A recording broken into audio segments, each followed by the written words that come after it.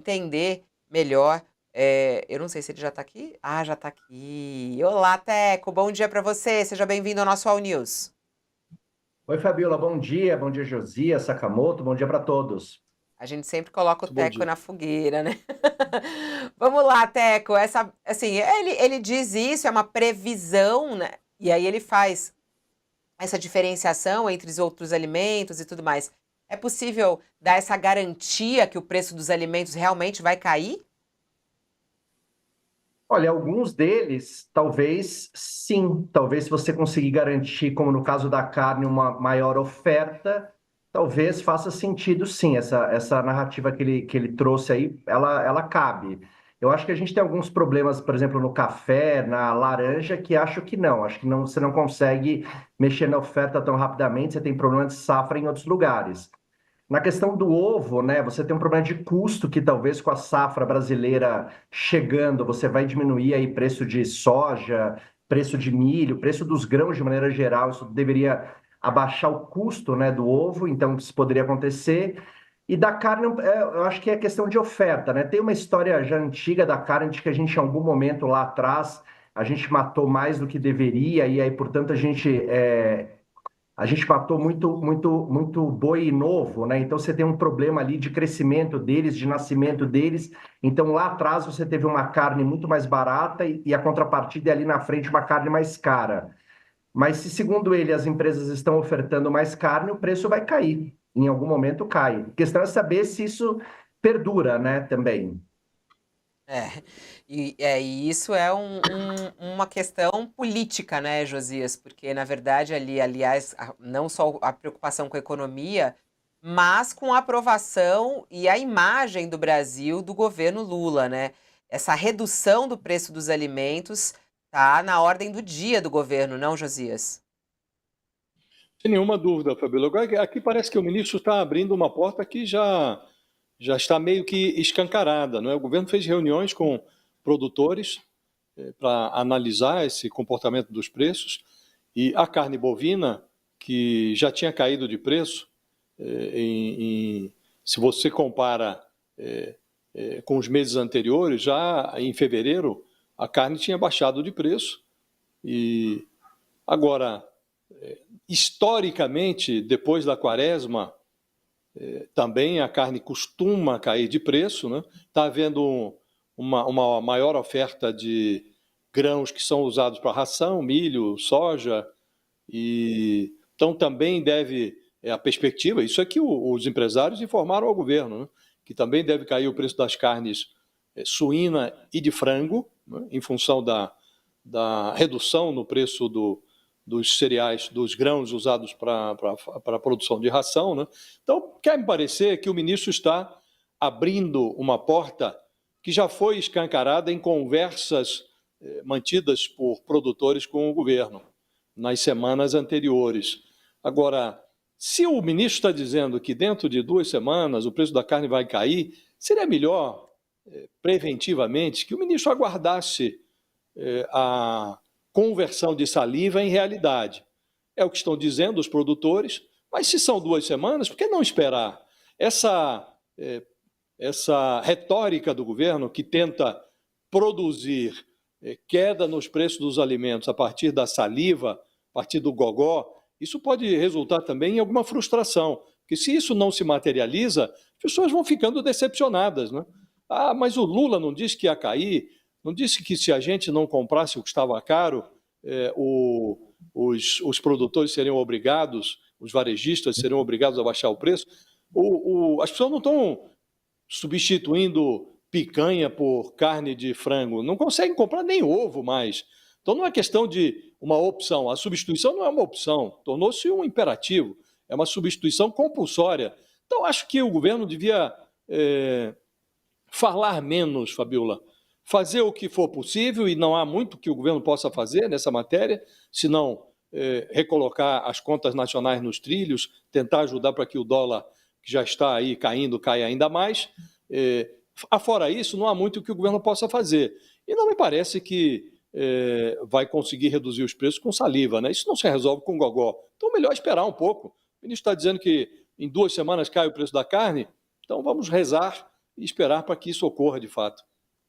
E o próprio Lula, ele na última declaração, né, Sakamoto, quando ele ficou falando lá, coitada da galinha, aquele dia lá, ele tava com a língua solta, falando do ovo que estão roubando, né, as galinhas e tudo mais. Ele falou já do preço da carne ali, né, e ele volta a falar da história da picanha. Ele usa isso um pouco como bandeira, né, o preço da picanha, o brasileiro vai comer picanha, e aí a oposição também, e aí eu quero comer picanha. Quem tá ganhando essa história, hein, ô Sakamoto? É engraçado porque a picanha no primeiro ano do governo Lula realmente caiu, a carne de uma maneira geral por uma série de questões conjunturais, não era nenhuma medida do governo não, mas caiu, né, bastante, e aí ele vendeu naquela época, olha, o povo voltou a comer picanha, cerveja, agora ele parou de falar e está criticando o ovo, né? Então mostra até bastante onde a gente chegou. Bem, eu tenho comentado, como você bem sabe, desde o dia 1 do governo dele, dizendo que vai ser feijão, arroz, picanha, né, ovo, né, cerveja que vai eleger ou vai reelegê-lo ou não, né? Não que isso seja a única coisa que importa no final das contas, mas isso atinge muito o humor da população, atinge muito a percepção de custo de vida, né? Não adianta o PIB estar alto, a renda melhorar, a, a, a desigualdade cair, o desemprego está na mínima histórica, se você tem a percepção de aumento no custo de vida. Muitas vezes para a população é até melhor que a renda média não aumente, né? Desde que o preço também não aumente, né? Até para você garantir planejamento e garantir saber que você pode comprar as coisas sem ter aumento, você tem custo, né? Agora, o ponto é o seguinte: o Lula está fazendo, o que ele está fazendo? Ele está fazendo jogo político, né? Do ponto de vista prático, toda a bravata que ele está fazendo não tem efeito nenhum. Né? Não vai ter efeito, né? As galinhas não vão botar mais ovos, né? O clima não vai mudar, né? Nada disso vai acontecer por conta dessa bravata específica do governo com relação à questão dos alimentos. Ele não vai.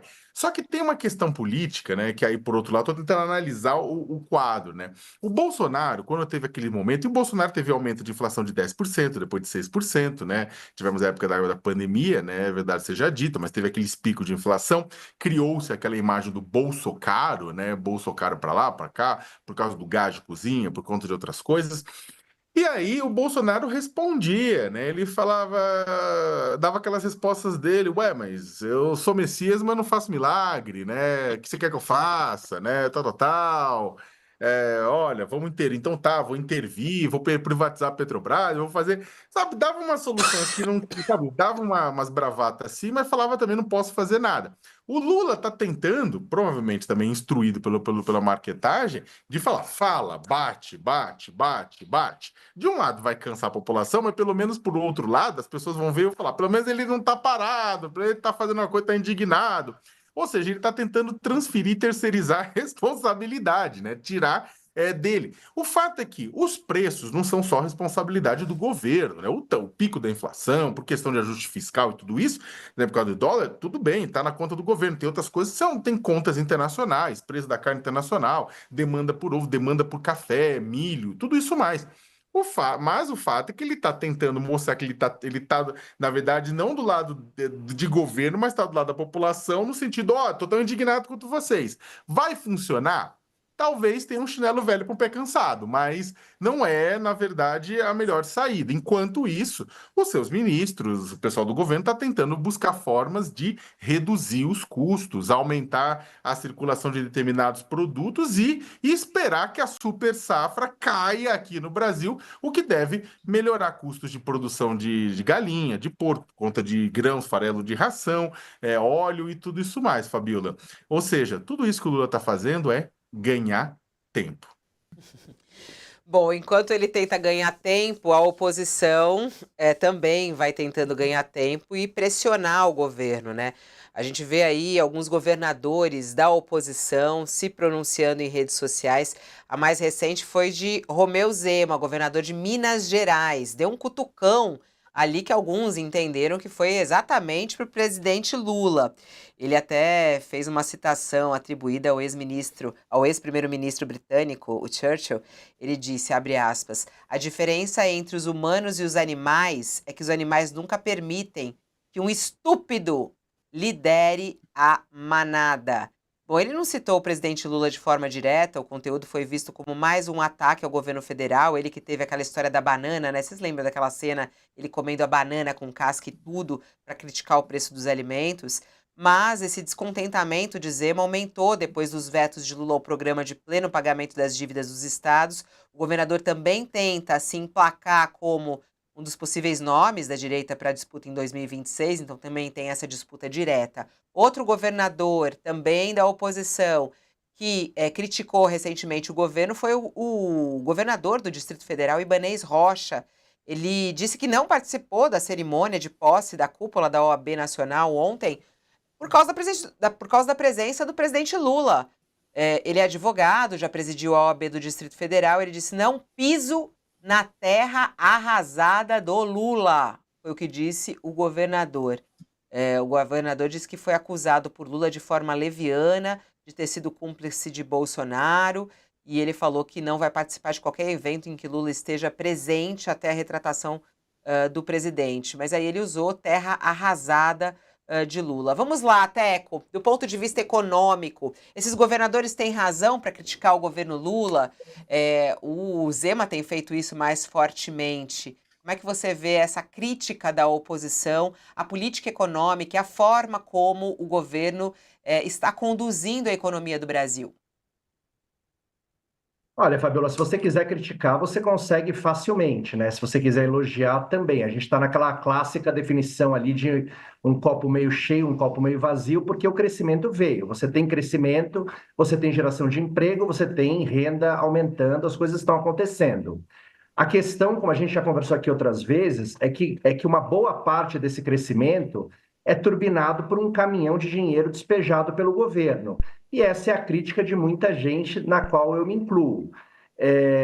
Eu acho que não vale você crescer a qualquer custo, não vale você crescer de qualquer jeito, e não vale você crescer, trocar o crescimento momentâneo por um problema maior futuro, né? Então, tem gente que legitimamente acha que é o que a gente está fazendo, né? Já conversamos aqui, o governo tem um problema de não fazer escolhas. Na verdade, não só esse governo, é a história do Brasil, né? Não consegue fazer escolhas, quer fazer tudo, quer isentar o imposto de renda, quer dar aumento ao funcionalismo, quer criar o pé de meia, quer fazer isso, mas aquilo, tudo ao mesmo tempo, e não se tem dinheiro para isso. E aí, quando você não tem dinheiro para isso, a opção é você aumentar o endividamento do país, que gera uma série de consequências ruins hoje e ali na frente. Então, eu pessoalmente acho que é uma escolha ruim, acho que é uma escolha até preguiçosa. Então, acho legítimo quem critica este problema. Agora, também não podemos dizer que é terra arrasada e não podemos dizer que o país não está crescendo. O país está crescendo. O caminhão de dinheiro despejado produziu crescimento, produziu inflação, produziu juro alto nesse momento, produziu um aumento da dívida do país, mas crescimento e emprego foi produzido. A meu ver, é um custo que não se justifica. Eu acho que teria sido melhor para nós termos crescido 1% menos em 24 e em 23, e a gente cresceria muito mais do que esse 1% que a gente deixou na mesa lá na frente de modo mais sustentável.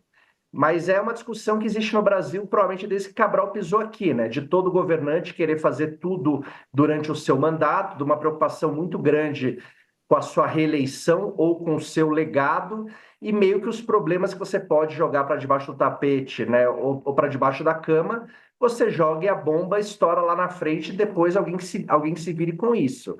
É um pouco a história do país, né?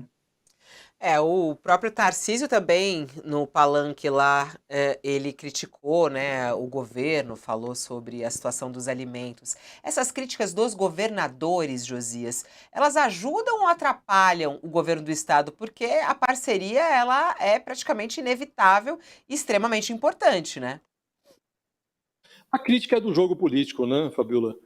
Não há governo sem oposição. Numa democracia, a crítica ao governo é parte do jogo. O que não parece razoável, e nós estamos vivendo isso já há algum tempo, é que a política tenha se tornado um território da incivilidade. E isso aconteceu no Brasil. Então, o Romeu Zema, por exemplo, ele trocou farpas com o Lula na semana passada. Ele lembrou que Minas Gerais já foi governada pelo PT e que não foi uma boa administração. De fato, ele não foi. O PT passou pelo governo de Minas Gerais e fez uma administração ruinosa. Aí ele diz que o Lula, para responder à provocação do Romeu Zema, que foi adequada, uma crítica razoável, o Lula disse que o Brasil está crescendo 3,4%, cresceu 3,4% do PIB. Né? Então, ficou nessa troca de farpas. Isso ocorreu na semana passada, há uma semana, foi na última terça-feira. O Lula foi a Minas Gerais, o Zema frequentou ali os mesmos palanques e trocaram farpas. Aí vem o Zema e distribui caneladas e vem com essa frase, não é que ele atribui ao Churchill, mas eu confesso que não, eu até tenho um interesse pelo personagem. O Winston Churchill é um personagem que me interessa muito. Não me lembro de ter visto nenhum texto, nenhuma menção nos lábios do Churchill a essa frase, mas ele diz que a diferença entre os homens e os animais é que os animais nunca permitem que um estúpido lidere a manada. Então ele está, na prática, embora não mencione o nome do Lula, está insinuando que o Lula é um estúpido e que quem vota nele se iguala na estupidez. Então ele ofende o eleitorado, o pedaço do eleitorado que devolveu o Lula ao Palácio do Planalto, e, na prática, Fabiola, ele atira contra o próprio pé, porque ninguém ignora que o Romeu Zema é um fiel súdito de Jair Bolsonaro. E os 4 anos da presidência do Bolsonaro foram marcados por uma estupidez inaudita. O Bolsonaro instalou o empreendimento que mais cresceu na presidência do Bolsonaro foi a indústria da crise. Ele instalou uma indústria da crise dentro do Palácio do Planalto. Ele vivia de fabricar crises, uma atrás da outra, uma superando a outra. Ele imaginava que resolveria uma crise criando outra. Então, estupidez maior não há. É tão estúpida a administração Bolsonaro que ele foi o primeiro presidente da história, desde a criação do Instituto da Reeleição, a não obter um segundo mandato. Porque o eleitorado, a maioria, olhou para aquilo e falou: bom, vamos saltar dessa montanha russa. É muito estúpida essa administração.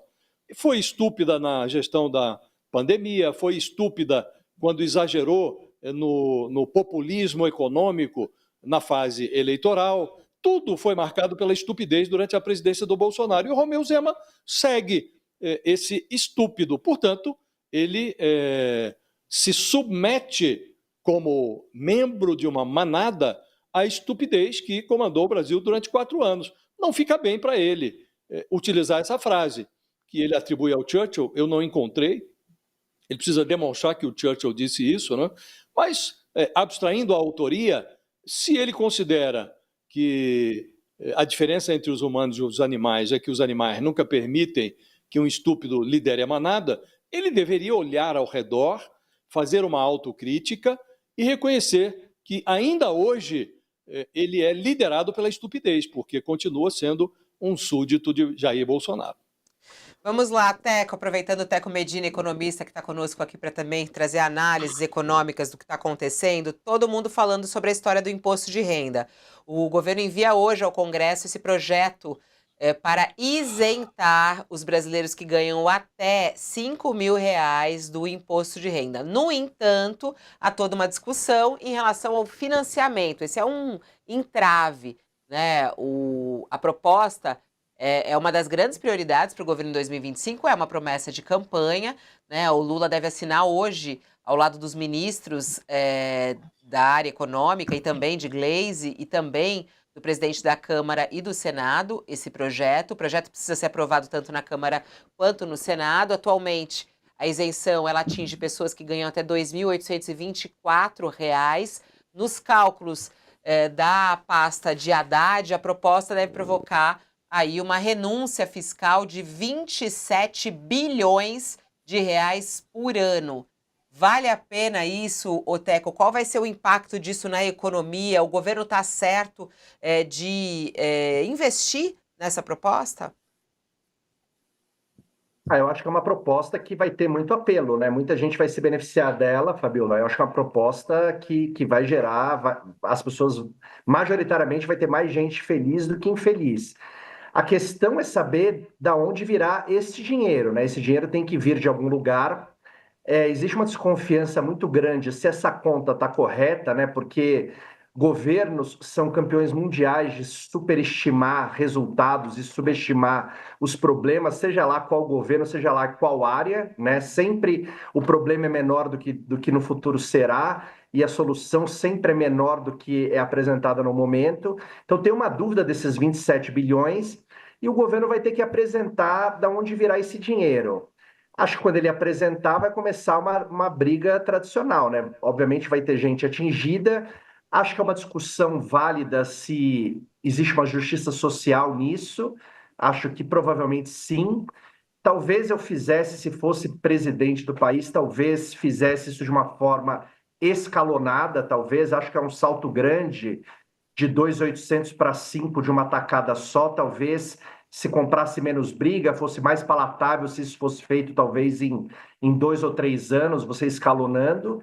E resta ver, né, Fabiola, quem é que vai pagar essa conta? Se quem vai pagar essa conta, se faz sentido que pague essa conta, porque também uma outra coisa que é muito recorrente no país é você abaixar o imposto de um setor A para dar subsídio para o setor B. E a razão normalmente não faz muito sentido, é porque o setor A está indo bem, o sentido A está indo bem e o B está com problema, então a gente quer ajudar o B. Isso às vezes, normalmente no final das contas, né, você gera um saldo negativo nessa história, porque, enfim, você acaba favorecendo um setor pior do que quem você está ajudando. Então eu não sei se é o caso, acho que aqui tem um caso sem justiça social, mas seria bom ver exatamente quem é que vai pagar essa conta e se faz sentido, né? Tem uma história de você taxar dividendo que é remetido ao exterior, não sei se isso não atrapalharia a entrada de dinheiro de fora disso, né? Porque vai atrapalhar o custo delas. Enfim, acho que tem muito lugar para mexer e eu gostaria que o governo mexesse no lugar que fosse justo, que fosse certo, né? Aí, Teco, obrigada pela sua participação hoje aqui no nosso All News. Um beijo para você e até a próxima. Boa tarde para todos, até a próxima. Ó, para quem está conosco na